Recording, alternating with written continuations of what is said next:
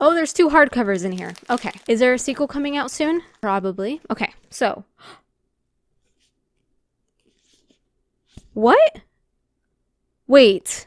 Something is very wrong here. Was my previous video a Bookmail unboxing? Yes. Yes, it was. Am I uploading another? Yes. Yes, I am. So we actually had a totally different plan this week for a video, but so did my health. It decided to take a turn. Maybe some of you are new and didn't know this, but I was lucky enough to hit the jackpot in Vegas and was diagnosed with epilepsy last year. I had nearly 15 seizures between April and December. I went 9 months without having one. Yay, the power of medication. Unfortunately, I had a seizure earlier in the week and it rocked me. Sore for days. I bit my tongue, cheek, and bottom lip as per usual for me. And yeah, here we are. A more casual video that my mouth is healed up enough for. So I apologize if I slur or can't say a word correctly right now. I'm doing my best. So it's going to be a little bit of a mixed bag video today. I have 8 packages to open. Recently finished 3 books that I want to talk about. And I want to show you guys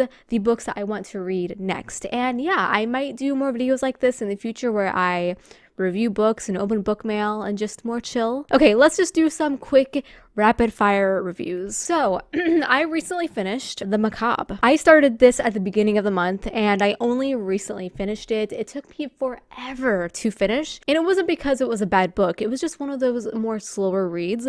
So I picked this up on the notion that it was a scary horror story, but that's far from the case. It looks spooky, sounds spooky. I mean, look at this bloody artwork. And the cover is literally dripping with blood. But I am here to say it's more spy kid thriller within a portal fantasy. So it wasn't exactly what I wanted. We have these cursed magical paintings that our main character's ancestor painted. Our main character is a painter himself, and he gets recruited to help stop the destruction that these paintings cause. A really cool concept. I ended up giving this 3 out of 5 stars. I liked it. I wanted horror, but I got magical thriller. Oh, and I also wish the antagonist had like deeper motivations besides wanting to bring back the British Empire to its former glory. I don't know, that was a little weird. But I give the physical book 5 stars itself. Like, it is gorgeous. It has red sprayed edges. It's always 50-50 for me if I unhaul a 3-star read. And this one's going to be difficult because I really like this hardcover a lot. I also recently finished Kill the Beast. So I think there's a theme today, going into books expecting one thing and getting something totally different. And it's the same here, but in a much more positive way. I loved this. In fact, this might be one of my favorite reads of the year. The cover gives like cutesy and cozy, but this is like reading The Witcher through series perspective. Our main character is a tough female, badass bounty hunter who takes no bullshit, and she vows to get revenge for her brother's death by hunting and killing monsters. It is so cool. And she even has a dog companion. The dog is literally embellished on the hardcover. That immediately makes the story even better. The dog travels with her. He's adorable. Don't worry, he does not die. Just don't let this cozy cover fool you. Like, it's deceptive, but again, in a really good way. The writing and narration is easy and clean to read, but it's brutal. Oh, I didn't even notice this. Okay, so the blurb here says The Witcher meets Howl's Moving Castle. Debut original fairy tale of revenge, redemption, and friendship. A heartwarming, cozy fantasy with a dash of gritty adventure. Okay, see, now that's where I would disagree. I think it's a brutal, gritty adventure with a dash of heartwarming coziness. This is an author I'm definitely going to be looking out for her future books. I gave this 5 out of 5 stars and I was not expecting that. Okay, the third and final book that I finished recently was An Unlikely Coven. So this book released in October. Actually, I don't think it's out yet. I think it comes out later on in the month. October 28th. Okay, so yes. Comes out later this month and it's fall. I try to pick up books about like vampires, werewolves, ghosts, in this case, witches. Well, I guess vampires as well. So like perfect Halloween read. Now this is true to its nature. It actually is a cute and cozy queer found family urban fantasy about witches trying to survive modern day New York City. It has a slow burn romance, no spice whatsoever.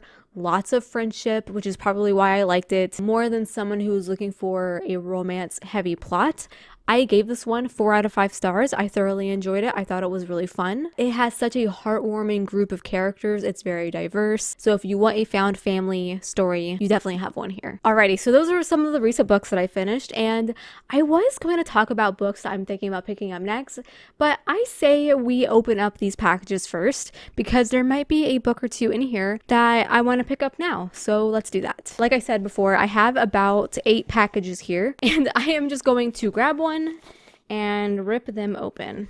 So let's begin with this one. Can't get it out. It's this. Oh my god, I thought it was the Unlikely Coven book that I literally just reviewed, but it's not. It is How to Lose a Goblin in 10 Days. This is from Orbit. This is a January release. Okay, so even though this is very romance heavy, I'm still excited about this one because I love the cover. First of all, look at that cover. Absolutely gorgeous. And I mean, as a fantasy nerd, I can totally get behind the whole cottagecore, goblin core romance. When a halfling pansy and a goblin wren each think they've inherited the same cottage, they make a bargain. They'll live in the house together, and whoever is driven out first forfeits their ownership. That sounds really freaking funny. And this is by a debut author, so that's really exciting. Thank you so much, Orbit. I am actually so pumped for this. That's what the spine looks like. I just think they did such a great job with that cover. Moving along, we have one of these white packages.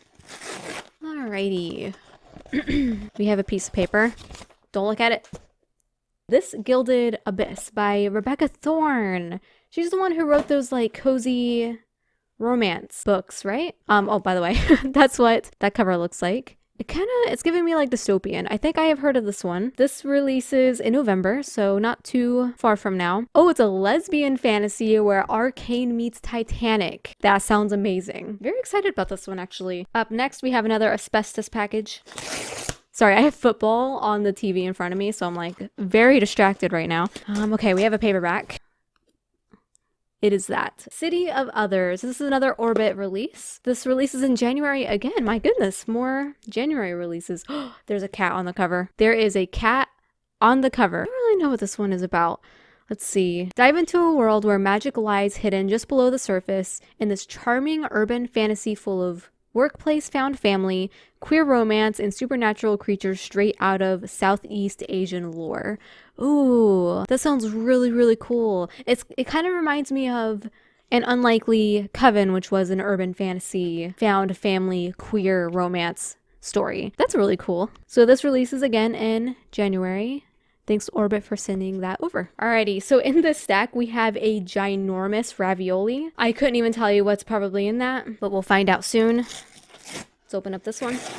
Ooh, it's a hardcover. There is a piece of paper though. It's always backwards, damn it. What is it? Okay, well, you know how I said I'll talk about my future TBR at the end of this video when we find out what's in the stack of book mail? This is one of them. This is Slayers of Old. This is a book that I have been really excited about from DAW. Did it release last month or is it coming out this month? I'm unsure. 3 former heroes, 1 quiet bookstore, and a world that just won't stay saved. So I think it's about a group of older heroes who come out of retirement to save the world, basically. Look at that cover, it's so cute. I'm gonna be reading this one next, that's for sure. So I'm just gonna put it right here. Let's move on. And we have this.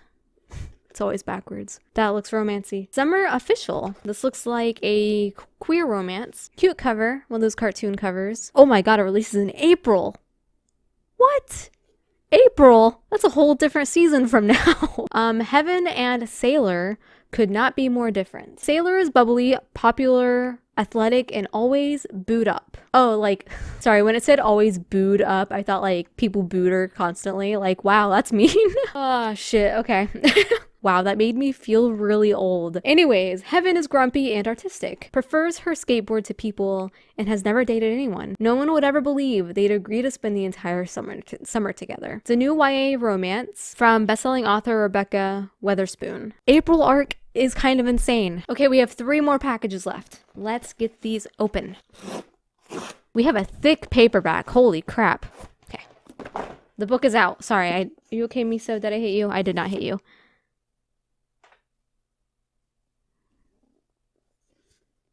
It's a Brandon Sanderson book. Brandon Sanderson's books, they always make me laugh because the name Brandon Sanderson is far more important than just the title of the book. Because I just literally read, what's this book called? Oh, it's called Brandon Sanderson. That's typically like where the title is. The book is Tailored Realities. Oh, is this a short story collection? And this isn't even out yet. When does this release? December. Oh, this is an arc. Comes this new short fiction collection. Thanks, Udon, for exposing me, including the never before published novella Moment Zero. Interesting. So that's what that looks like. Was not expecting this one at all. It's very nice. Who sent this? Oh, Tor.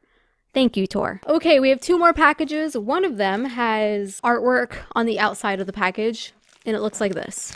So I know what book this is, but this packaging is really thick, which makes me think maybe books 1 and 2 are in here? Sorry.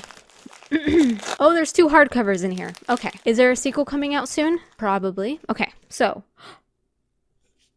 What? Wait. Something is very wrong here. This is definitely a book. That's not what was in the package. We have book 1 to this series, The Floating World, which just recently came out, I believe, which is so beautiful. Frick, this might be another book I want to read soon. Definitely. This cover gives me like Final Fantasy vibes almost. And then we have, I'm assuming, the sequel to that. The Demon and the Light. Oh, there's artwork too. Ooh. Oh my god, this reminds me of Final Fantasy X. Like Yuna and Titus, or Titus, however you pronounce it. I pronounce it Titus. The sequel and finale to the story that began the floating world. So this is a duology that just finished. Interesting. That was really nice. It's so funny. It came in this though. Not at all what I expected. But look at these covers together. So beautiful. Okay. Well, frick. I really want to read that. Okay, we have 1 more package left. And it's this ginormous ravioli. Let's open it up. Oh, I see it. I know what book it is. I know what it is. I spoiled myself. It is a good one though, and I'm really excited for it. It is This Brutal Moon. This is the 3rd and final book in the Kingdom trilogy. This is a sci-fi series, an adult sci-fi. I highly recommend the sci-fi series. The first book, I feel like it is so underrated. If you are looking for a new space opera sci-fi, highly recommend these. They kind of give me, I don't know if you guys know, like the books and also the TV show Foundation. These books kind of remind me of that world a little bit. Oh man, what a freaking stack.